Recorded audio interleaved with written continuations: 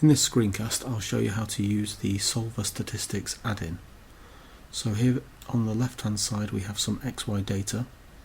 So this might be data that we've measured, and then we need to set up the problem to actually fit a function to this data.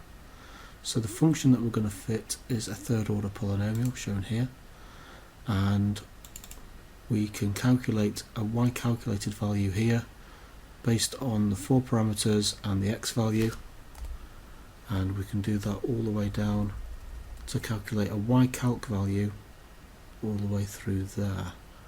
And then we need to calculate an error squared, so the difference between those two values squared, and finally we sum those values.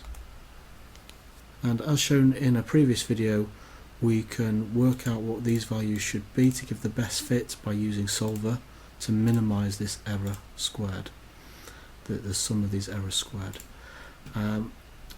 So that's all well and good, we can get a fit to the data, but then in order to get some statistics on this we need to use Solver Statistics.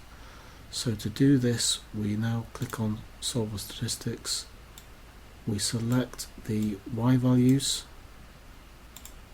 we select the range of calculated y values, we select the parameters that were varied by Solver in order to find the best fit, and then we select an area as required by Solver Statistics. So this is 3 by 4 for this situation.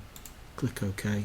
The macro then does the calculations and returns to us values for each of the parameters. So we've got A3, A2, A1 and A0, the value of those. We also get the standard error for each of those.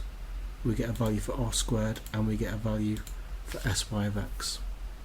Overall, that's a brief introduction into how to use the Solver Statistics add-in.